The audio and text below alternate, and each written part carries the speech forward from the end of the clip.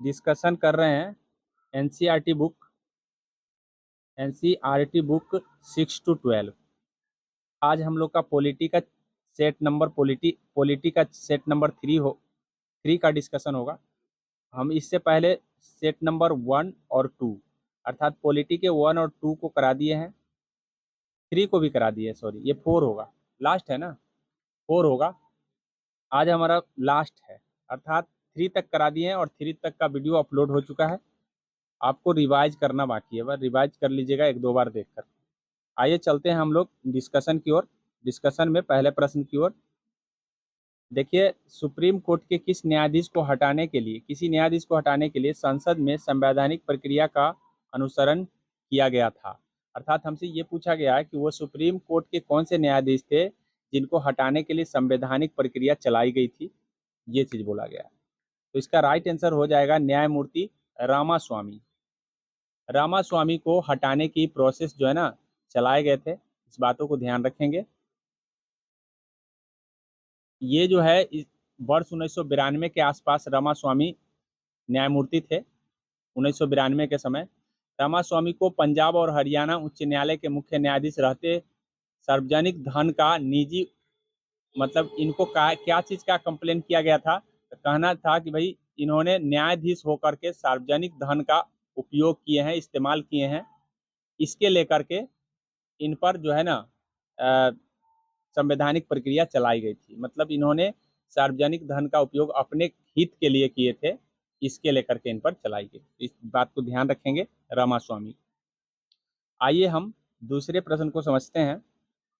भारत के सर्वोच्च न्यायालय के संबंध में निम्नलिखित में से कौन सा कथन गलत है? गलत कथन को ढूंढना है। तो आपको पता होना चाहिए, यहाँ कथन नंबर बी जो है ना गलत है। क्या गलती है?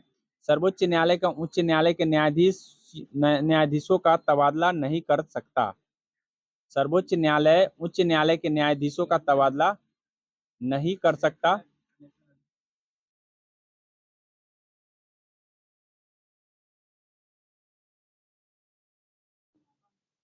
क्या दिक्कत है?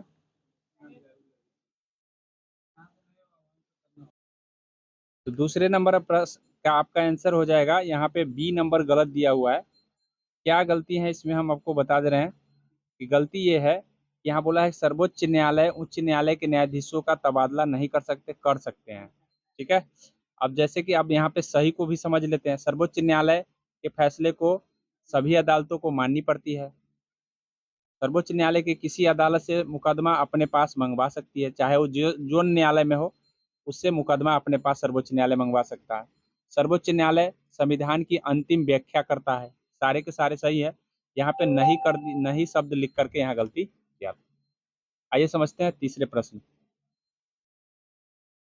तीसरा है, भारत के उच्चतम न्यायालय द्वारा सुनाए गए निर्णय या दिए गए आदेशों का पुनर्वलोकन करने की शक्ति किसमें है? तो आप पढ़े होंगे कि सर्वोच्च न्यायालय के पास जो है, जिसे हम उच्चतम न्यायालय कहते हैं, उच्चतम न्यायालय के पास न्याय पूर्वावलोकन की शक्ति अनुच्छेद 137 के तहत दिया गया है। इस बातों को ध्यान रखेंगे।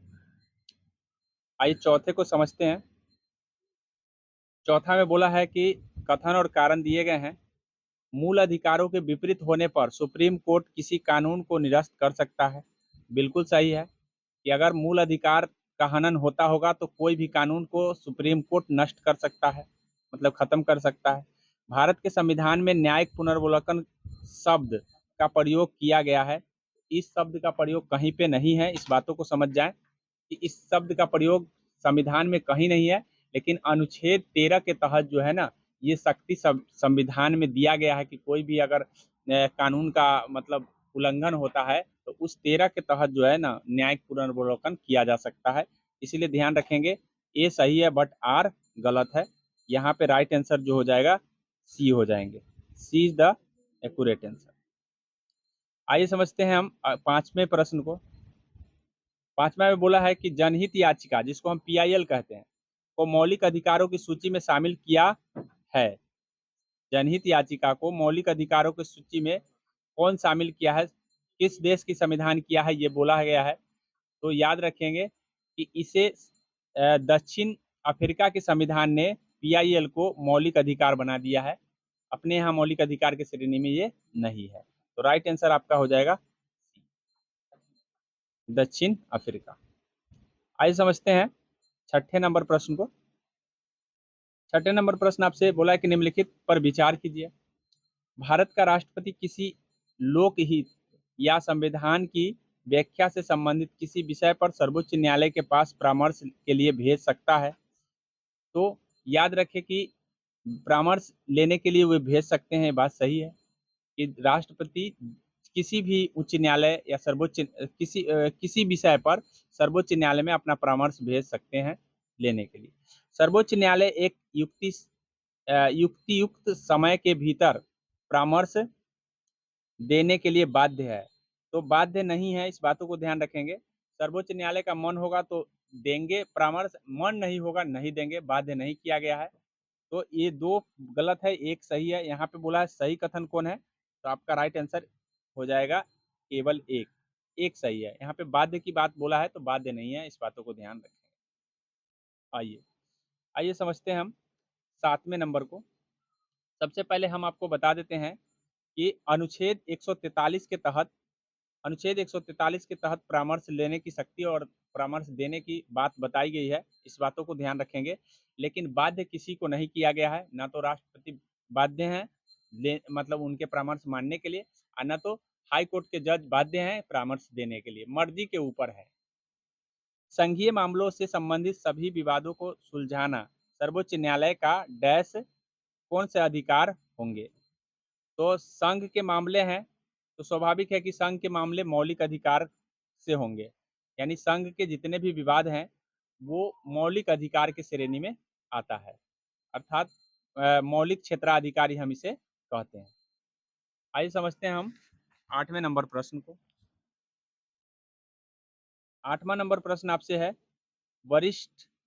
वरिष्ठतम न्यायाधीश को सर्वोच्च न्यायालय का मुख्य न्यायाधीश नियुक्त किया जाएगा, ऐसा किए जाने का क्या आधार है।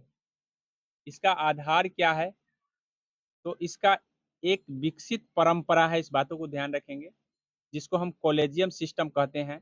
और आज हमारे देश में जो भी न्यायाधीश भरे जाते हैं वो कॉलेजियम सिस्टम के तहत ही भरे जाते हैं, अर्थात कॉलेजियम सिस्टम के तहत ही वरिष्ठतम न्यायालय को सर्वोच्च न्यायालय का मुख्य न्यायाधीश बनाया जाता है, अर्थात जो भी वरिष्ठ होंगे उन्हीं को बनाया जाता है। लेकिन इसको किसी किसी समय इस नियम को भंग भी किया गया है। 1973 में 3 वरिष्ठ न्यायाधीशों को छोड़कर न्यायमूर्ति एन एन रे को भारत का मुख्य न्यायाधीश बना दिया गया था, मतलब इसका उल्लंघन किया गया था, इस बातों को ध्यान रखेंगे, नियुक्त किया कर दिए गए थे। फिर 1975 में न्यायमूर्ति HR खन्ना को भी ऐसा ही मतलब छोड़ते हुए न्यायमूर्ति एच बेग को नियुक्त कर दिया गया था, मतलब एच खन्ना बनने वाले थे जबकि एच बेग को बना दिया गया था। तो ऐसे इस नियम के उल्लंघन भी मिले हैं, लेकिन ध्यान रखिएगा कि ये सारे चीज परंपरा के आधार पर होता है, जो हमारी परंपरा शुरू से चलती आ रही है उसी के आधार पर हो रहा है, जिसे हम कॉलेजियम सिस्टम कह रहे हैं। आइए समझते हैं, रिक्त स्थानों की पूर्ति विकल्प दिए गए उचित शब्दों के आधार पर करना है। भारत के राज्य और उसके राज्य क्षेत्र वे होंगे जो डैश अनुसूची में विनिर्दिष्ट होंगे। तो वे पहली अनुसूची में राज्य संघ, राज्य और राज्य क्षेत्र की बात किया गया है। जब हम शेड्यूल 12 पढ़ाए थे तो उसी में हम पहली अनुसूची में आपको बोले थे कि राज्य और उसका राज्य क्षेत्र का वर्णन मिलता है, पहली अनुसूची। इस तरह से हम 12 अनुसूची को बताए हुए हैं, आप उसको देख करके याद कर सकते हैं। भारतीय संविधान के अनुच्छेद 1 में भारत अर्थात इंडिया को किस रूप में वर्णित किया गया है, मतलब इंडिया को किस रूप में वर्णित किया गया है। तो इंडिया को एक यूनियन के रूप में वर्णित किया गया है अनुच्छेद 1 में, याद रखिएगा, संघ के रूप में वर्णित किया गया जिसको हम कहते हैं, ठीक है, फेडरेशन कन्फेडरेशन के रूप में ना, बल्कि यूनियन के रूप में वर्णित किया गया है, इस बातों को ध्यान रखेंगे। अनुच्छेद 1 में भारत अर्थात इंडिया राज्यों का संघ है जिसको हम यूनियन कहते हैं, राज्यों का संघ का मतलब है यूनियन, ठीक है। अब ये पूछा जा सकता है कि किस अनुच्छेद के तहत भारत राज्यों का संघ है, तो अनुच्छेद 1 के तहत। किस शेड्यूल में है, तो शेड्यूल आप 1 कह सकते हो। संविधान के अंतर्गत शिक्षा किस सूची का विषय है? तो अभी वर्तमान में शिक्षा समवर्ती सूची का विषय है, लेकिन इससे पहले शिक्षा राज्य सूची का विषय था, जो कि 42वें संविधान संशोधन के जरिए इसको बदल करके समवर्ती सूची में डाल दिया गया। इस बातों को ध्यान रखेंगे। आइए हम समझते हैं 12 को। भारत की संसद किसी राज्य से उसका राज्य क्षेत्र अलग करके अथवा 2 या अधिक राज्यों को मिलाकर नए राज्य निर्माण कर सकती है। यह प्रावधान भारतीय संविधान के किस अनुच्छेद में वर्णित है? तो याद रखेंगे कि यह प्रावधान आपको अनुच्छेद 3 में वर्णित है। अनुच्छेद 3 में लिखा गया है कि संसद जो है किसी भी 2 या 2 से अधिक राज्यों को मिलाकर एक नए राज्य बना सकते हैं, ठीक है? निर्माण कर सकते हैं या राज्य क्षेत्र से अलग कर सकते हैं। याद रखेंगे, ये अनुच्छेद 3 में लिखा गया है। आइए हम समझते हैं 13 नंबर। कथन और कारण दिए गए हैं। बोला है कथन में कि संघ सरकार ने सशस्त्र बल विशिष्ट शक्ति अधिनियम का निर्माण किया है। तो ध्यान रखेंगे कि ये सही है कि संघ सरकार ने ही सशस्त्र बल और विशिष्ट शक्ति का निर्माण किए हैं, ये सही है। उसके बाद बोला संविधान का अनुच्छेद 33 और 34 संघ सरकार की शक्ति को उस स्थिति में काफी बढ़ा देते हैं जब देश के किसी क्षेत्र में सैनिक शासन लागू हो जाए। अर्थात देश में कहीं भी सैनिक शासन अगर लागू हो जाएगा, जिसको हम राष्ट्रपति शासन कहते हैं, तो वहां पे सरकार की ताकतें अनुच्छेद 35 और 34 जो है सरकार की ताकत को बढ़ा देता है। ठीक है, मतलब उस समय सैनिक के ताकत को घटा दिया जाता है और सरकार की ताकत को बढ़ा दिया जाता है। जब सैनिक शासन लागू हो, सरकार जो आदेश देंगे वो सैनिक को करना पड़ता है। इस बात को ध्यान रखेंगे। उस समय सैनिक के मौलिक अधिकार को भी छीन लिए जाते हैं कि उनको जो आदमी का जो मौलिक अधिकार है, वो मौलिक अधिकार उनको प्रतिबंध कर दिया जाता है। तो ऐसा हम जब अनुच्छेद पूरे बता रहे थे तो उस समय भी बताए थे। तो यहाँ पे दोनों ही सही है और एक दूसरे का स्पष्टीकरण है, क्योंकि यहाँ बोला सशस्त्र बलों की शक्ति अधिनियम का निर्माण करेंगे और करने के बाद जब सैनिक शासन लगाएंगे तो उस समय इनका ताकत बढ़ जाएगा, सैनिक का ताकत घट जाएगी। आइए देखते हैं, ये यहाँ पे हो जाएगा ये आंसर। आइए हम 14 नंबर प्रश्न को समझते हैं।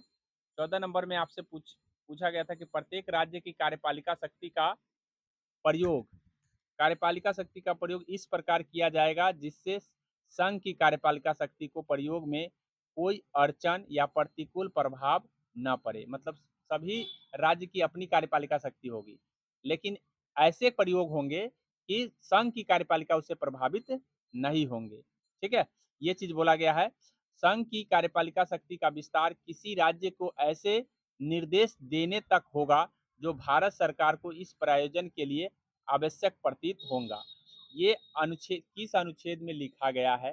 तो ये अनुच्छेद आपको ध्यान रखें 257 एक में लिखे गए हैं। 257 एक में ऐसा बात लिखा गया है कि संघ की भी कार्यपालिका होगी, राज्य की भी कार्यपालिका होगी, लेकिन राज्य की कार्यपालिका काम करेगी इस तरह से काम करेगी कि संघ की कार्यपालिका प्रभावित ना हो। मतलब उन पर ध्यान रख के ही करना है। तो ऐसी बात कहाँ लिखा गया? 257 एक में। आइए समझते हैं, भारत के किस प्रांत की सरकार ने 1977 के दशक में केंद्र राज्य संबंधों को पुनर्परिभाषित करने के लिए एक दस्तावेज को प्रकाशित किया था? मतलब पुनः परिभाषित करने के लिए कौन से प्रांत ऐसा किए थे? तो 1977 में ऐसा पश्चिम बंगाल किया था। इस बातों को ध्यान रखेंगे कि पश्चिम बंगाल 1977 के पश्चिम बंगाल की वामपंथी सरकार ने केंद्र राज्य संबंध को फिर से परिभाषित करने के लिए एक दस्तावेज प्रकाशित किए थे। इस बातों को ध्यान रखना है। आइए 16 को समझते हैं। केंद्र राज्य संबंधों से जुड़े मामले की पड़ताल के लिए केंद्र सरकार द्वारा सरकरिया आयोग का गठन, जैसा कि आपको पता है कि केंद्र राज्य से संबंधित है सरकरिया आयोग, तो किया गया था। सरकरिया आयोग का गठन कब किया गया था ये पूछा गया, डेट बताना है। तो इसका जो डेट है इसमें से कोई नहीं है, इस बातों को ध्यान रखेंगे, क्योंकि ये 1983 में ये गठित किया गया था। इस बातों को ध्यान रखेंगे। गठन आयोग जो बना था 1983 में, इस आयोग को सरकरिया आयोग के नाम से जाना जाता है और इस आयोग ने 1998 में अपनी रिपोर्ट अर्थात सिफारिश की थी कि राज्यपालों की नियुक्ति अनिवार्य तथा निष्पक्ष होना चाहिए। मतलब यही आयोग का कहना था कि राज्यपाल जो बनेगा उसका नियुक्ति 100% हो, लेकिन निष्पक्ष हो, मतलब किसी के पक्ष के अनुसार न हो। ऐसा इसने कहा था, लेकिन हालांकि इसका बात माना नहीं गया, क्योंकि अभी भी निष्पक्ष तरीके से राज्यपाल की नियुक्ति नहीं हो रही। ठीक है, जिसको केंद्र सरकार चाह रही है वही हो रहा है। आगे समझ में देखिए, 17 नंबर सवाल की बात करें तो भारत में आधुनिक समय में स्थानीय शासन के निर्वाचित निकाय सन 1882 के बाद अस्तित्व में आए। निर्वाचित निकाय जो है 1882 के बाद आए थे। उस वक्त डैश भारत का वायसराय था। मतलब 1882 के समय लॉर्ड रिपन हुआ करता था। इस बातों को ध्यान रखेंगे, क्योंकि 1881 से नियमित जनगणना शुरुआत हुई थी। इस बातों को ध्यान रखेंगे और उन्हीं के कार्यकाल में, लॉर्ड रिपन के ही कार्यकाल में जनगणना की शुरुआत हुई। साथ में आपको बता दें कि 1882 में इन्हीं के शासन में निर्वाचित निकाय अस्तित्व में आया। इन्हीं के शासनकाल में प्रेस प्रेस पर प्रतिबंध को हटाए गए। तो ये सारे बहुत सारे अच्छे अच्छे कार्य लॉर्ड रिपन के कार्यकाल में हुए हैं। तो राइट आंसर हमने आपको बता दिया। आइए समझते हैं 18 नंबर को। 18 नंबर में आपसे दिए गए हैं स्टेटमेंट। ऐसे 29 विषय जो पहले राज्य सूची के अंतर्गत थे को पहचान कर संविधान की 11वीं अनुसूची में दर्ज कर दिया गया है और उसे पंचायती राज संस्थाओं को हस्तांतरित कर दिया जाना है। तो ये सही है, क्योंकि आपको पता है कि पंचायती राज 11वीं अनुसूची पंचायती राज से संबंधित है और इसमें 29 विषयों की चर्चा है। वही 12वीं अनुसूची शहरी पंचायत से संबंधित है और इसमें 18 विषय की चर्चा है। तो इतनी बात आपको ध्यान रखना है। ये स्टेटमेंट पहला सही है। दूसरा स्टेटमेंट बोला है कि प्रत्येक राज्य सरकार के लिए अनिवार्य है कि उन 29 विषयों को पंचायती राज संस्थाओं को हस्तांतरित करे। तो ये अनिवार्य नहीं है, इस बातों को ध्यान रखेंगे। ये स्टेटमेंट आपका सही नहीं है। आइए समझते हैं इसमें पूछा क्या था। उपयुक्त कथन में कौन सत्य है? तो कथन नंबर 1 ही यहाँ पे सत्य है। इस बातों को ध्यान रखेंगे। आइए हम समझते हैं अगले प्रश्न को। नेक्स्ट प्रश्न नंबर है 19। 19 में आपसे बोला है कि आदिवासी बहुल जनसंख्या वाले क्षेत्रों के लिए स्थानीय स्वशासन से संबंधित कानून किस वर्ष बनाया गया?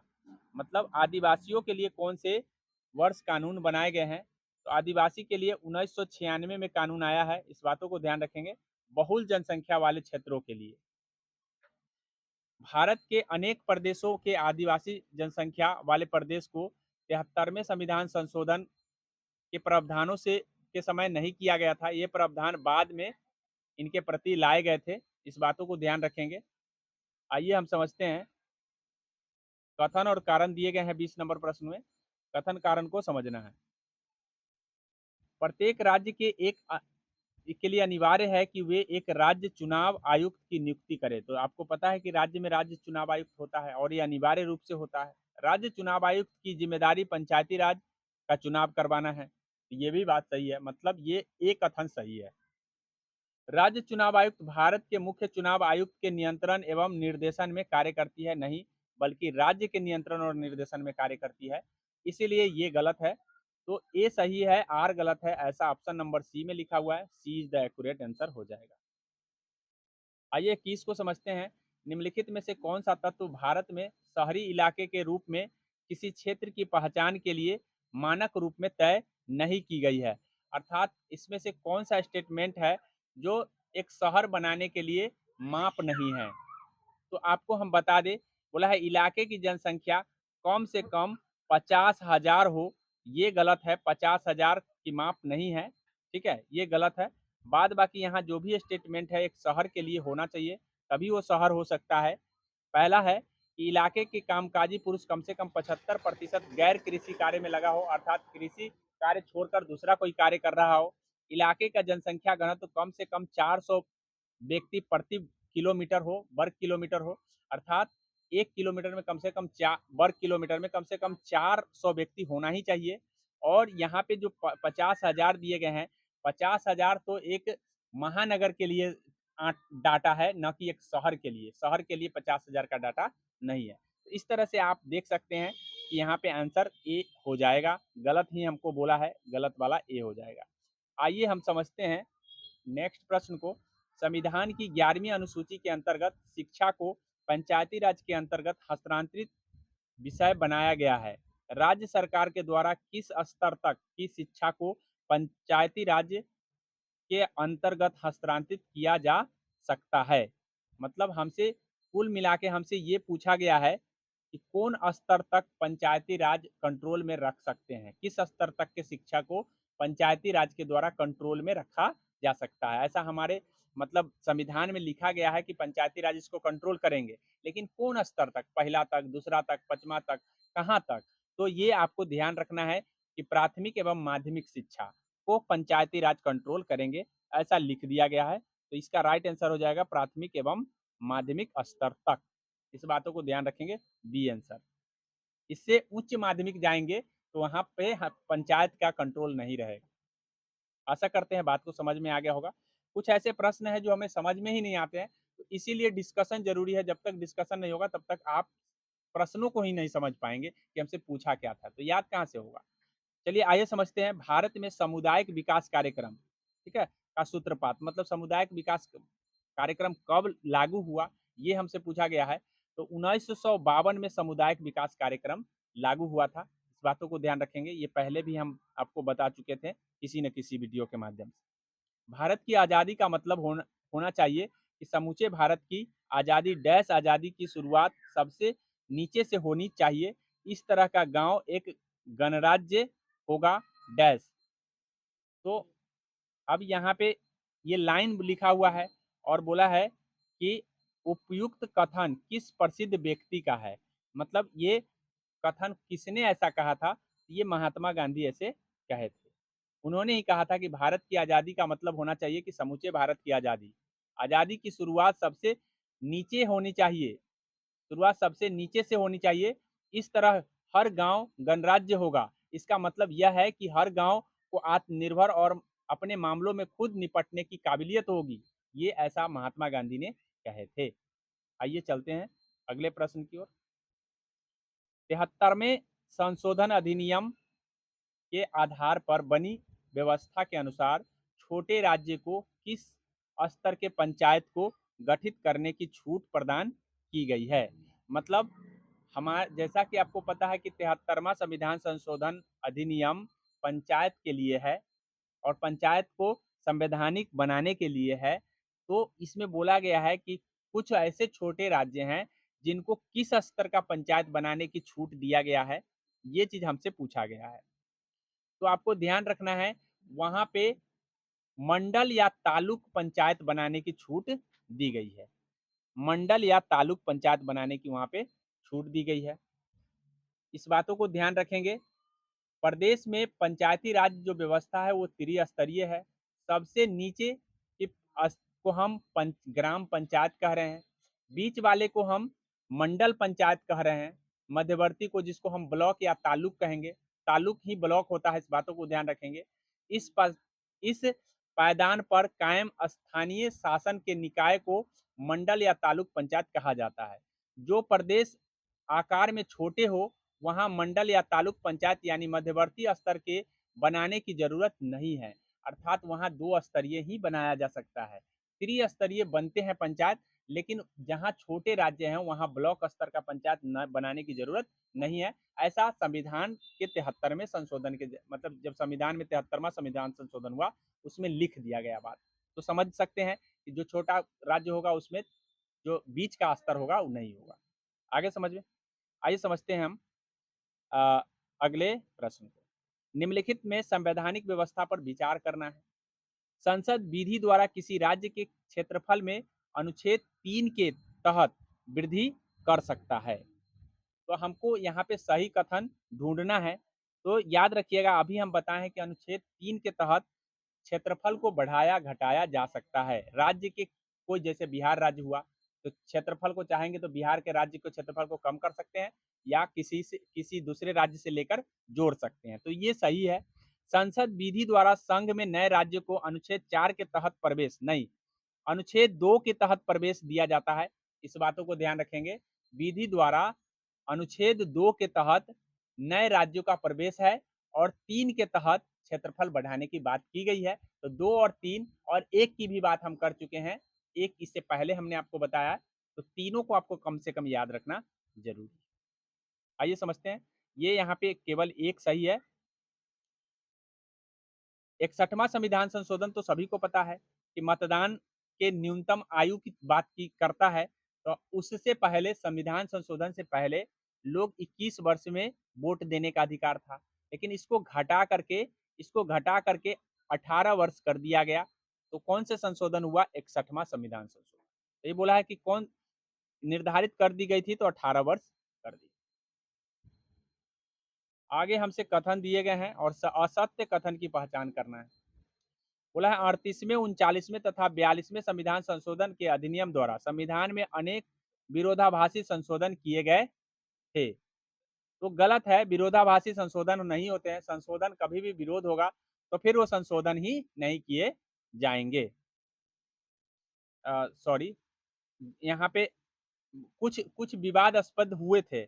इन तीनों में कुछ ना कुछ विवाद हुए थे। तो विवाद हुए थे तो यहाँ पे बोला है कि कौन गलत है। तो ये बात तो सही है, क्योंकि यहाँ पे विवाद हुए थे, कुछ ना कुछ बातों के लेकर के विवाद हुए थे, तो इसी को हम विरोधाभास कहेंगे। तो ये यहाँ पे सही है। अच्छा, जब और दूसरी बात है कि उनमें से अधिकांश विवादास्पद संशोधन को 43वें एवं 44वें संशोधन के द्वारा निरस्त कर दिया गया था। तो हाँ, सही है। अब क्या विवादास्पद हुए थे हम बता देते हैं आपको। जैसे कि 42वें संविधान संशोधन में ये कहा गया था कि राष्ट्रपति परामर्श देने के लिए बाध्य होंगे, अर्थात कानून पर साइन करने के लिए बाध्य होंगे। उनको कोई मौका नहीं दिया जाएगा। जो कानून संसद बनाएगी उस पर राष्ट्रपति उनको साइन करना ही पड़ेगा। तो ये विवाद वाला बात हो गया।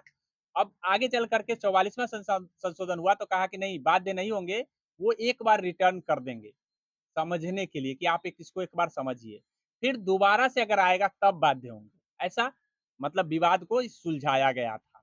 तो ये विवादास्पद वाली बात हुई कि नहीं हुई? तो इसीलिए ये बात सही है। और दूसरा बात, 43वें 44वें संशोधन के जरिए जो है ना सुधारा गया था, तो दोनों में से कोई बात सही है कि 44वें संशोधन में सुधार हुआ था, तो हम दोनों को सही मान रहे हैं। हमसे पूछा था गलत कौन है, तो कोई गलत नहीं है, ना तो एक और ना तो दो। ना तो एक गलत है और ना ही दो गलत है। इसका राइट आंसर डी हो जाएगा। आइए समझते हैं अगले प्रश्न की ओर। अगला प्रश्न हमसे बोला है कि सुप्रीम कोर्ट के द्वारा संविधान की मूल या बुनियादी संरचना का सिद्धांत किस बाद में प्रतिपादन किया गया था? मतलब मूल तो आप कई बार पढ़ चुके हैं, केशवानंद भारतीवाद। केशवानंद भारतीवाद ने ही मूल संविधान को मतलब मौलिक अधिकार की संरचना की बात की गई थी, जिसमें ये कहा गया था कि मौलिक अधिकार में संशोधन नहीं किया जा सकता है।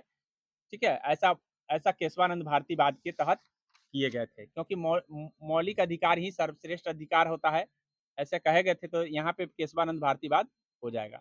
जैसे ही मूल बुनियादी संरचना आएगा, आप केशवानंद भारतीवाद याद रख लेंगे। 1973 केशवानंद भारतीवाद 1973 ने ही सुप्रीम कोर्ट को ये फैसला करने का अधिकार दिया था। आइए जानते हैं हम अगले प्रश्न 30 को। बोला निम्नलिखित कथन पर विचार करने हैं, सत्य कथन ढूंढने हैं। तो संविधान के बुनियादी संरचना के सिद्धांत से संविधान की कठोरता और लचीलेपन का संतुलन कमजोर हुआ है। गलत, ये मजबूत हुआ है। ठीक है, बुनियादी संरचना आने से संविधान मजबूत हुए हैं, न कि कमजोर हुए हैं। तो ये गलत बोल दिया। 1973 के बाद न्यायालय ने कई मामलों में बुनियादी संरचना के तत्वों को निर्धारित करने का प्रयास किया है। तो हाँ, बिल्कुल सही है। कई ऐसे चीज हैं जो बुनियादी संरचना बनाए गए हैं, इसलिए ये कहा गया है कि संसद संशोधन कर सकता है, लेकिन उसमें मौलिक अधिकार को जो है ना टूट नहीं होना चाहिए। किसी चीज पर संशोधन हो सकता है, बशर्ते उसमें मौलिक अधिकार का हीनता नहीं होनी चाहिए, कमजोर नहीं पड़ना चाहिए, तभी वो संशोधन मान्य होगा। ये राइट आंसर आपका 2 होगा। 2 केवल सही है, अर्थात बी सही है। आइए समझते हैं नेक्स्ट प्रश्न को। नेक्स्ट प्रश्न आपसे बोला है कि दुनिया के किस देश के संविधान को आमतौर पर शांति संविधान के नाम से जाना जाता है। तो आपको पता होना चाहिए कि जापान के संविधान को हम शांति संविधान के नाम से जानते हैं। आइए समझते हैं नेक्स्ट प्रश्न को। कथन और कारण दिए गए हैं। संविधान के प्रति केवल कानूनी नजरिया अपनाया जा सकता है, न कि नैतिक या राजनैतिक दर्शन का नजरिया। तो ये कथन गलत है। केवल कानूनी नजरिया अपनाना गलत है। नैतिक दर्शन की भी नजरिया संविधान में अपनाए गए हैं।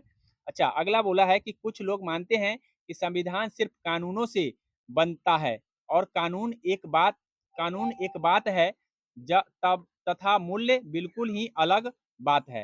हाँ, तो यहाँ पे कुछ लोग का मानना सही है कि कानून से बनता है, लेकिन कानून एक अलग बात है और मूल्य उसका एक अलग बात है।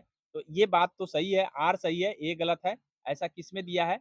जिसमें दिए होंगे डी में दिए गए हैं। डी आंसर सही है। आइए समझते हैं।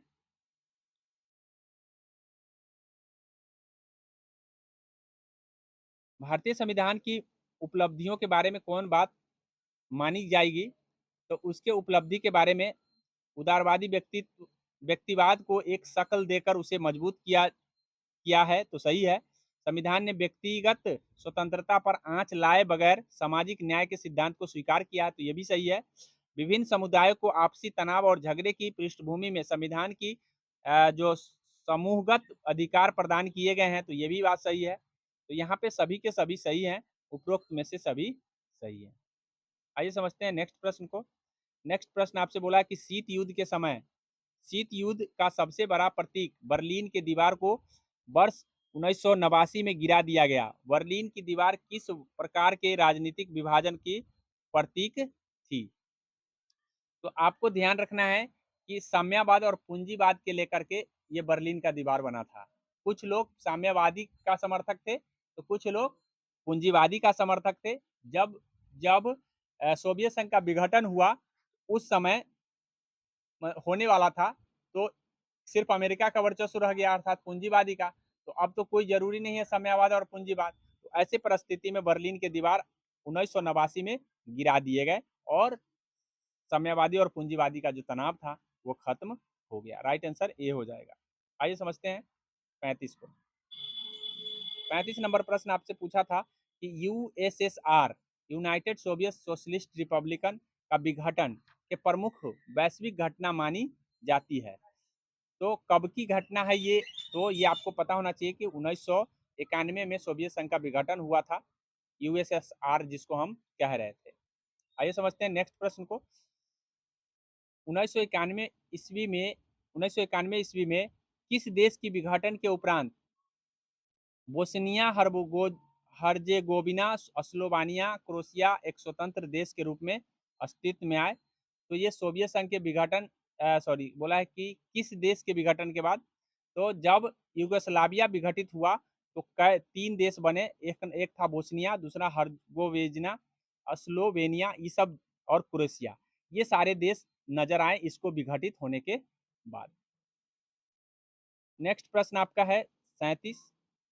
वैश्विक राजनीतिक संदर्भ में शॉक थेरेपी क्या क्या तात्पर्य है? तो शॉक थेरेपी का तात्पर्य है साम्यवाद से पूंजीवाद की ओर संक्रमण।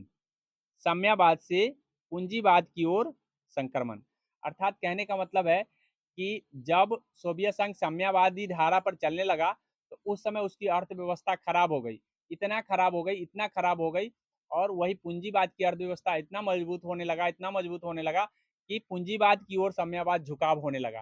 तो इसे ही शॉक थेरेपी कहते हैं। शॉक थेरेपी क्या है? मतलब शॉक थेरेपी क्या है कि हम दूसरे को अपना करके, दूसरे की चीजों को अपना करके, सोच को अपना कर अगर हम अपना सुधार करना चाहे तो इसे ही शॉक थेरेपी कहते हैं। तो साम्यवादियों ने पूंजीवादी के मॉडल को अपनाया और उस मॉडल के जरिए अपने आप को सही करने का प्रयास किया, लेकिन वो भी विफल हो गया। इसको शॉक थेरेपी के नाम से जानते हैं। बी आंसर हो गया। आशा करते हैं इस बात को आप समझ गए होंगे। सोवियत संघ की स्वतंत्रता की घोषणा करने वाला पहला गणराज्य कौन था? तो सोवियत संघ के स्वतंत्रता की घोषणा करने वाला पहला गणराज्य लिथुआनिया था। इस बातों को ध्यान रखेंगे। मार्च 1990 में लिथुआनिया स्वतंत्रता की घोषणा करने वाला पहला सोवियत संघ गणराज्य बन गया। मतलब सोवियत संघ को स्वतंत्रता की घोषणा कर दिया था लिथुआनिया। निम्नलिखित में से कौन सा देश बाल्टिक गणराज्य में शामिल नहीं माना जाता? है, तो बाल्टिक गणराज्य में आपको ध्यान रखना है अर्मेनिया नहीं आता है। अर्मेनिया बाल्टिक गणराज्य का देश नहीं है। बाल्टिक गणराज्य में आपको आता है एस्टोनिया, लातविया, लिथुआनिया। ठीक है, एक बार फिर से सुन लीजिए, आपसे पूछा जा सकता है डायरेक्टली कि बाल्टिक गणराज्य में कौन है या कौन नहीं है। एस्टोनिया, लातविया और लिथुआनिया, ये बाल्टिक गणराज्य के अंतर्गत आते हैं। यूक्रेन तथा जॉर्जिया भी कभी कभी शामिल कर लिए जाते हैं, इस बातों को ध्यान रखेंगे। आइए समझते हैं अगले प्रश्न को। सही कथन और गलत कथन बताना है हमको। बोला है कि 1978 के बाद चीन के अद्भुत प्रगति की ओर अगले सालों में एक बड़ी आर्थिक ताकत के रूप में उभरा। तो ये बात सही है कि चीन 1978 में एक बड़ी ताकत बना, और दिसंबर 1978 में डेंग श्योंगपोंग ने मुक्त द्वार, जिसको हम खुले द्वार की नीति कहते हैं, ओपन डोर की नीति कहते हैं, चलाई थी, और जिसके चलते चीन की जो है ना अर्थव्यवस्था काफी मजबूत हुआ था, काफी ताकतवर बना था। तो इसका स्पष्टीकरण दे रहा है। तो राइट आंसर कौन सा हो जाएगा? ए, खुले द्वार की नीति 1978। आइए चलते हैं अगले। चीन में लागू हुआ था, इस बातों को भी ध्यान रखें। आपसे पूछा है सुमेलित करना है, और सुमेलित में आपको ध्यान रखना है कि थोड़ा देखिए कि पहला का मिल जाएगा आपका यूरोपियन इकोनॉमी कम्युनिटी जो बना था 1957 में बना था। उसी तरीके से यूरोपीय परिषद जो बना था वो 1949 में बना था, यूरोपीय परिषद 49 में। उसके बाद है यूरोपीय आर्थिक सहयोग संगठन, ये बने थे 1992 में आर्थिक सहयोग संगठन, और 48 में बने थे यूरोपीय संघ। तो इस तरह से आप मिलान कर सकते हैं, देख लीजिएगा कौन आंसर होगा। इसका आंसर हो जाएगा डी, इस बातों को ध्यान रखेंगे। आइए समझते हैं नेक्स्ट प्रश्न को। ब्रेक्जिट का क्या तात्पर्य है? तो ब्रेक्जिट का मतलब है ब्रिटेन के यूरोपीय संघ से बाहर निकलना, ब्रेक्जिट है। ब्रिटेन यूरोपीय संघ से बाहर निकल गया है, इसे ही हम ब्रेक्जिट कहते हैं। राइट आंसर इसका सी हो जाएगा। यूरोप से, यूरोपीय संघ से बाहर निकलना ब्रेक्जिट। ब्रिटेन निकला है, ब्रेक्जिट हुआ है। रिक्त स्थानों को भरना है। अब देखिए 1967 ईस्वी में दक्षिण पूर्व एशिया के 5 देशों ने डैश हस्ताक्षर करके आसियान की स्थापना किया था। तो बैंकॉक घोषणा से पर हस्ताक्षर करके जो है ना आसियान बना था। आपसे डायरेक्टली पूछा जाएगा कि किस घोषणा के तहत आसियान बना था? तो बैंकॉक घोषणा के तहत। और कब? 1967। आज समझते हैं 44 नंबर प्रश्न को। बोला है ARF की स्थापना किस वर्ष की गई थी, जिसको आसियान क्षेत्रीय मंच कहते हैं? तो आसियान की स्थापना 1967 में हुआ है, लेकिन ARF की स्थापना 1994 में हुआ है, इस बातों को ध्यान रखेंगे। आसियान क्षेत्रीय मंच इसको कह रहे हैं। सन 1949 की चीनी साम्यवादी क्रांति किनके नेतृत्व में हुए थे? तो चीन में साम्यवादी क्रांति मात्से तुंग के समय, ठीक है, माओत्से तुंग के समय हुआ था चीनी साम्यवादी क्रांति। दक्षिण कोरिया, जिसको हम रिपब्लिकन ऑफ कोरिया कहते हैं, और उत्तर कोरिया, जिसको हम democratic people's republican of Korea कहते हैं, को विभाजित करने वाली अंतर्राष्ट्रीय सीमा रेखा, तो 38वीं समांतर रेखा जो है ना दोनों को विभाजित कर रहा है। 49वीं समांतर रेखा यूएसए और कनाडा को विभाजित कर रहा है। मैकमोहन चीन और भारत को विभाजित कर रहा है। वही रेड क्लिफ भारत और पाकिस्तान को विभाजित कर रहा है। इस तरह से आप समझ सकते हैं। आइए इसमें बोला है कि घटनाओं को कर्म से सजाना है, मतलब डेट के अनुसार सजाना है। तो बांग्लादेश की आज़ादी 1971 में हुआ था, ये आपको सभी को पता है। शिमला समझौता 1966 में हुए थे, सॉरी, ताशकंद समझौता हुआ था उस समय। शिमला समझौता 1972 में हुआ था। और उसके बाद है भारत पाकिस्तान के बीच सिंधु जल समझौता 1960 में हुआ था। ताशकंद समझौता 1966 में हुए थे। तो इस तरह से आप देख रहे हैं कि सबसे पहले 1966 वाला आना चाहिए, कि पहले सबसे पहले 1966 वाला आना, एक मिनट, 60 वाला आना चाहिए, यहाँ 60 है। सबसे पहले 60 वाला आना चाहिए। तो 60 वाला आपका है 3, 3 के बाद आ जाएगा 4, 4 के बाद आ जाएगा 1, 1 के बाद आ जाएगा 2, 3 4 1 2। इस तरह से आपको राइट आंसर कौन सा हो जाएगा? सी, देख लीजिए 3 4 1 2। दक्षिण एशियाई मुक्त व्यापार समझौता, जिसको हम साफ्टा कहते हैं, साफ्टा का गठन पर हस्ताक्षर कब किए गए थे? तो साफ्टा का गठन जो हुआ था वो 2004 में हुए थे, इस बातों को ध्यान रखेंगे। साफ्टा 2004 में बना। किस देश के साथ भारत सर क्रीक की सीमा रेखा लेकर विवाद है? तो भारत और पाकिस्तान के लेकर के सर क्रीक रेखा भारत और पाकिस्तान के लेकर के विवाद है। तो राइट आंसर हो जाएगा आपका ए, सर क्रीक रेखा। ये गुजरात में पड़ता है सर क्रीक लाइन, इस बातों को ध्यान रखेंगे। इसके लेकर के भारत और पाकिस्तान में विवाद है। सार्क का विस्तारित रूप बोला है तो SAARC south Asian association for regional corporation होता है। राइट आंसर सी हो जाएगा इसका फुल फॉर्म। आइए समझते हैं एलटीटी, जिसको हम लिट्टे कह रहे हैं। लिट्टे का संबंध, लिट्टे में शब्द में एल शब्द का क्या मतलब है? तो मैं पहले एलटीटी का बता दूं। एलटीटी का मतलब होता है लिबरेशन टाइगर्स ऑफ तमिल इलम। लिबरेशन टाइगर ऑफ तमिल इलम, इस बातों को ध्यान रखेंगे। Liberation L T T, double T है तो पहले के टाइगर्स है, दूसरा का तमिल है, इस बातों को ध्यान रखें। वही एल टी टी ई है तो ई का मतलब हो जाएगा आपको इलम। तो यहाँ पे राइट आंसर जो हो जाएगा लिबरेशन होगा, सॉरी लिबरेशन। आज समझते हैं 52 नंबर प्रश्न बोला है कि संयुक्त राष्ट्र संघ का गठन मानवता को स्वर्ग पहुंचाने के लिए नहीं बल्कि उसके नरक से बचाने के लिए हुआ है, ऐसा डेग बोला है डेग हेमरसोल्ड। डेग हेमरसोल्ड कौन थे? डेग हेमरसोल्ड बोला था। तो डेग हेमरसोल्ड संयुक्त राष्ट्र संघ के दूसरे महासचिव थे, इस बातों को ध्यान रखेंगे। दूसरे नंबर के महासचिव डेग हेमरसोल्ड थे और प्रथम त्रिगवेली था। तो ध्यान रखेंगे, यही ने बोला था कि संयुक्त राष्ट्र संघ लोगों को स्वर्ग पहुंचाने के लिए नहीं, देशों को, बल्कि नर्क से बचाने के लिए हुआ है। ठीक है, इसका निर्माण नर्क से बचाने के लिए हुआ। आइए समझते हैं वैश्विक स्तर पर संयुक्त राष्ट्र संघ दिवस हम लोग 24 अक्टूबर को मनाते हैं, तो सबको पता है, पहले से भी पता होगा।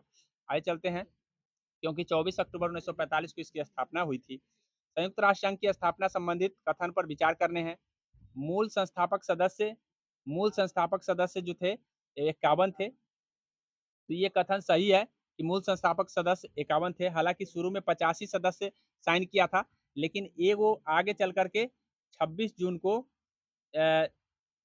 26 जून 50 सदस्य के रूप में 26 जून को हस्ताक्षर हुए और 15 अक्टूबर को आगे चल करके इसने क्या कर दिया, एक एक देश दूसरा पोलैंड था, जो पोलैंड जो है आकर साइन कर दिया, तो 51 सदस्य माना गया। ठीक है, तो इस तरह से आप देखिए, बोला है कि संयुक्त राष्ट्र संघ एक अंतर्राष्ट्रीय संगठन बनाने के मसले पर सैन फ्रांसिस्को में अप्रैल 1945 में 2 महीने का लंबा सम्मेलन हुआ। तो ये सही है, दोनों के दोनों यहाँ पे सही है।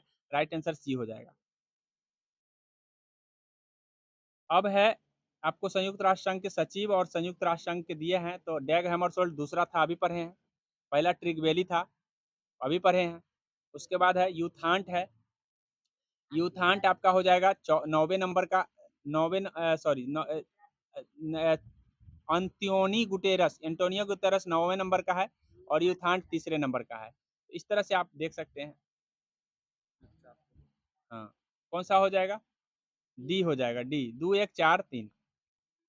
अंतर्राष्ट्रीय आणविक ऊर्जा एजेंसी, जिसको हम अय्या बोलते हैं, की स्थापना कब हुआ था? तो 1957 में इसकी स्थापना हुई थी। सी आंसर हो जाएगा। जनरल एग्रीमेंट ऑन ट्रेड, जिसको हम गेट बोलते हैं, गेट के उत्तराधिकारी के रूप में गेट के उत्तराधिकारी के रूप में विश्व व्यापार संगठन की स्थापना 1995 में हुए थे। इस तरह से राइट आंसर इसका बी हो जाएगा। आए चलते हैं हम नेक्स्ट प्रश्न की ओर। संयुक्त राष्ट्र संघ का चुनाव प्रतीक चिन्ह क्या है? तो संयुक्त राष्ट्र संघ के प्रतीक चिन्ह आपको ध्यान रखना है, विश्व का नक्शा तथा इसके चारों ओर जैतून वृक्ष का पत्तियां। वृक्ष का नक्शा, चारों ओर इसके जैतून वृक्ष का पत्तियां। सी आंसर हो जाएगा। रिक्त स्थानों को भरना है।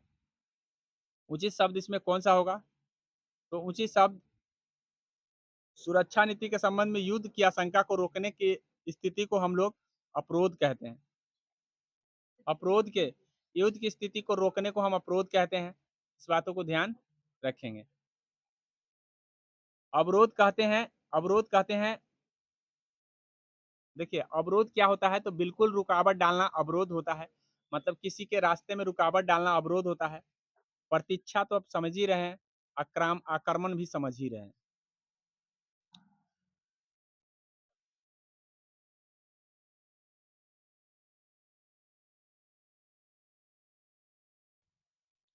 आगे 60 में आपको मिलान पूछा था कि मिलान करना है, सही मिलान कौन-सा है? तो परमाणु अप्रसार संधि जो हुआ था, वो 1968 में हुआ था। तो ये मतलब बोला है कि सही मिलान यहाँ पे ये मिल जाएगा एक में। जैविक हथियार संघ 1972 में ही आया था और रसायन हथियार संघ 1992 में आए थे। तो तीनों के तीनों सही है। यहाँ पे कौन बोला है? तो 1, 2, 3 लगातार वाला हो जाएगा। आइए चलते हैं 61 में। कथन और निष्कर्ष दिए गए हैं। कथन में दिया गया है, दुनिया में सबसे ज़्यादा संघर्ष अफ्रीका में सहारा मरुस्थल के दक्षिणवर्ती देशों में होते हैं। तो ये बात सही है कि यहाँ दुनिया में सबसे ज़्यादा संघर्ष दक्षिणवर्ती देश में सहारा में होता है। यह इलाका दुनिया का सबसे बड़ा गरीब इलाका है, तो बिल्कुल सही है। यह इलाका दुनिया का सबसे बड़ा गरीब है। यही कारण है कि सबसे ज़्यादा यहाँ संघर्ष का कारण जो यहाँ सबसे गरीब है। तो स्पष्टीकरण भी है, ये आंसर सही हो जाएगा। आइए समझते हैं 62 को। सन 1992 ईस्वी में पर्यावरण और विकास के मुद्दे पर केंद्रित संयुक्त राष्ट्र संघ का वैश्विक सम्मेलन कहाँ हुआ था? तो ये पर्यावरण पर केंद्रित जो संयुक्त राष्ट्र संघ का 1992 का जो सम्मेलन हुआ था, वो आपको 2002 में सॉरी 2002 कह रहे हैं 1992 में हुए थे। ये रियो डी जेनेरियो में हुए थे, इस बातों को ध्यान रखेंगे, जिसको हम प्रथम पृथ्वी सम्मेलन के रूप में भी जानते हैं। आइए चलते हैं 62 को। 62 में भी कथन दिए गए हैं, आर्कटिक प्रदेश विश्व की जलवायु को संतुलित रखने में महत्वपूर्ण भूमिका निभाती है। तो ये सही है कि विश्व आर्कटिक प्रदेश ही लोग मतलब पूरे विश्व को जलवायु को संतुलित बना रखा है और यहाँ एक अंदरूनी हिमानी परत ग्रीन हाउस गैसों के जमाव का महत्वपूर्ण सूचना स्रोत है। तो ये भी सही है। दोनों ही सही है कि हमको बताता है अगर ये पिघलने लगता है तो हमको पता चल जाता है कि CO2 ज़्यादा जमाव हो गया है। तो ये सूचना दे रहा है, तो ये स्पष्टीकरण दिया है। तो इस तरह से आप इसका आंसर ए हो जाएगा। आइए समझते हैं 64 को। 64 में भारत में क्योटो प्रोटोकॉल जिसको हम 1997 में हुआ था, ये 1997 का पर हस्ताक्षर किस वर्ष किए गए थे? हस्ताक्षर किस वर्ष हुआ है ये पूछा है। भारत कौन सा हस्ताक्षर कर दिए थे? तो भारत 2002 में हस्ताक्षर हुआ था भारत का, जबकि ये प्रोटोकॉल 1997 में ही हुए थे। क्योटो शहर जापान में पड़ता है। आइए समझते हैं नेक्स्ट प्रश्न को। आगे है निम्नलिखित कथन पर विचार करने हैं। कथन दिया है कि भारत सरकार अ, विभिन्न कार्यक्रमों के जरिए पर्यावरण से संबंधित वैश्विक प्रयासों का शिरकत कर रही है। तो ये कथन आपका सही है कि भारत जो है ना काफ़ी प्रयास पर्यावरण पर कर रही है। भारत सरकार ने वर्ष 2010 में ऊर्जा संरक्षण अधिनियम पारित किया है। तो याद रखेंगे कि 2010 में नहीं बल्कि 2001 में ऊर्जा संरक्षण अधिनियम पारित किए हैं। तो कथन गलत है, यहाँ पे सही कथन पूछा था। कथन नंबर 1 सही है, ए आंसर हो जाएगा। आइए 66 को समझते हैं। एक अवधारणा के रूप में वैश्वीकरण का बुनियादी तत्व क्या है? तो अवधारणा के तत्व में वैश्वीकरण एक प्रवाह है। इस बातों को ध्यान रखेंगे, वैश्वीकरण एक प्रवाह है। इस बातों को ध्यान रखना। आइए 67 को समझते हैं। निम्नलिखित कथनों पर विचार करना है। बोला है WSF जिसको हम वर्ल्ड सोशल फोरम कहते हैं कि बैठक 2001 में हुई थी। तो ये गलत है, 2001 में नहीं हुई थी और 2004 में हुई थी। वर्ल्ड सोशल फोरम नव उदारवादी वैश्वीकरण के विरोध का एक विश्वव्यापी मंच है। तो ये भी गलत है, ये सही नहीं है। यहाँ पे बोला है कि ब्राज़ील के पोर्टो अल्गेरो शहर में हुआ था। पहला में बोला है अल्गेरो शहर फोरम की पहली बैठक, सॉरी 2001 में ही, सॉरी माफ़ कीजिएगा। यहाँ पे 2001 में ही हुआ था ये बैठक और अल्गेरो शहर में ही हुआ था। यहाँ पे हमको असत्य कथन ढूँढने को कहा था। असत्य कथन में ठीक है 2001 में और वैश्वीकरण का नव उदारवादी इसे माना भी गया है। तो दोनों ही सही है। यहाँ गलत पूछा था तो गलत कोई नहीं है। राइट आंसर इसका हो जाएगा डी। डी होगा इसका आंसर।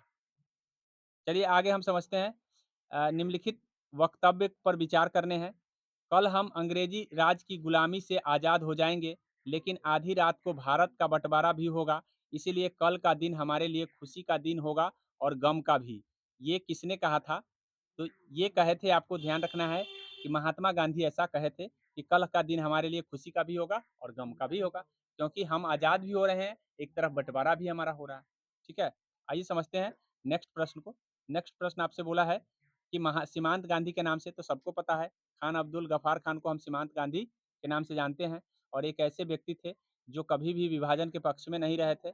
इस बातों को ध्यान रखेंगे। 70 में आपसे पूछा है 15 अगस्त 1947 के पहले अधिकतर राजबारों शासकों ने भारतीय संघ में अपने विलय के एक सहमति पत्र पर हस्ताक्षर किए। इस सहमति पत्र को डैश के नाम से जानते हैं। तो इस सहमति पत्र को हम इंस्ट्रूमेंट ऑफ एक्शन के नाम से जानते हैं। राइट आंसर ए हो जाएगा, इंस्ट्रूमेंट ऑफ एक्शन। सहमति पत्र 1947 का इंस्ट्रूमेंट ऑफ एक्शन है, जो ए में लिखा हुआ है। बी में लिखा है, सॉरी, डॉक्यूमेंट ऑफ एक्शन ए में था, डी में होगा, सॉरी माफ कीजिएगा, यहाँ पे हो जाएगा डी में। अब देखिए, स्वतंत्रता के बाद आंध्र प्रदेश भाषाई आधार पर गठित होने वाला भारत का पहला राज्य था। ये तो सबको पता है। किस प्रांत से विलग होकर के तेलुगु भाषियों के लिए आंध्र प्रदेश गठन किया गया था, मतलब कौन प्रांत से इसको तोड़ करके किया गया था। तो आपको पता होना चाहिए कि यह प्रांत मद्रास प्रांत था। मद्रास प्रांत को तोड़ करके अलग आंध्र प्रदेश बनाए गए थे। बाबा साहब भीमराव अम्बेडकर ने नेहरू के पहले मंत्रिमंडल से इस्तीफा क्यों दिया? नेहरू के पहले मंत्रिमंडल से बाबा साहब भीमराव अम्बेडकर ने हिंदू कोड बिल के लाए जाने के विरोध में दिए थे। मतलब हिंदू कोड बिल विरोध लाए गए थे, जिसके लेकर के बाबा साहब भीमराव अम्बेडकर ने इसका विरोध करते हुए अपना इस्तीफा दे दिए थे। आइए चलते हैं दूसरे प्रश्न। नेक्स्ट प्रश्न है, भारतीय जनता पार्टी के पूर्ववर्ती राजनीति पार्टी भारतीय जनसंघ के संस्थापक अध्यक्ष कौन थे? जनसंघ के संस्थापक अध्यक्ष पहले भी आप पढ़ चुके हैं, श्यामा प्रसाद मुखर्जी थे। राष्ट्रीय भारत परिवर्तन संस्थान, जिसको हम NITI कहते हैं, की स्थापना कब हुआ था? तो नीति आयोग जिसको हम कहते हैं, तो 1 जनवरी 2015 को हुआ था। डी आंसर सही है, डी होगा सही। भारतीय सांख्यिकी संस्थान की स्थापना, सांख्यिकी संस्थान की स्थापना 1931 में किए गए थे PC महालनोबिस के द्वारा। और स्वतंत्र भारत के प्रथम विदेश मंत्री थे जवाहरलाल नेहरू, जो विदेश मंत्री थे। इस बातों को ध्यान रखेंगे। और अगले प्रश्न है, प्रथम एफ्रो एशिया सम्मेलन 1955 ईस्वी में कहाँ आयोजित किए गए थे? तो ये आयोजित किया गया था, आपको है बांडुरंग में, बांडुंग में। बांडुंग में ये सम्मेलन इंडोनेशिया में पड़ता है, बांडुंग सम्मेलन, जिसको नाम से जानते हैं एफ्रो एशिया सम्मेलन को। आगे, भारत और चीन के बीच पंचशील समझौता 1954 पर हस्ताक्षर करने वाले दोनों देशों के नेता का युग्म बताना है कि कौन कौन कौन थे। जैसा कि आपको पता है कि भारत और चीन के बीच यह समझौता हुआ था। एक तरफ से जवाहरलाल नेहरू थे और दूसरी तरफ से आपको चान एन लाऊ थे, चान एन लाऊ, चाउ एन लाऊ। जवाहरलाल नेहरू, चाउ एन लाऊ होगा, चान एन लाऊ होगा, इस बात को सी होगा इसका आंसर। 1962 में भारत चीन युद्ध के समय भारत के रक्षा मंत्री, तो भारत के रक्षा मंत्री आपको बलदेव सिंह थे। इस बातों को ध्यान, सरदार बलदेव सिंह भारत के रक्षा मंत्री थे। 1 मिनट, रक्षा मंत्री तो 1962 में जिस समय हुए थे, उस समय रक्षा मंत्री वो नहीं थे, पहले रक्षा मंत्री हो रहे थे। उस समय कृष्ण मेनन के BK कृष्ण मेनन थे। 62 में कृष्ण मेनन थे, उस पहले वो थे, ध्यान रखेंगे। भारत और पाकिस्तान के बीच 66 में हुए प्रसिद्ध ताशकंद समझौता के मध्य की भूमिका किस देश ने निभाई थी? तो समझौते में ये जो है सोवियत संघ जो है ना, काफी भूमिका निभाई थी ताशकंद समझौता में। तो राइट आंसर सोवियत संघ हो जाएगा। अब हम अभी तक 80 प्रश्न करा दिए हैं, जो कि NCERT का एक मोस्ट पार्ट था। अब हम करेंट अफेयर को लिखा करते हैं।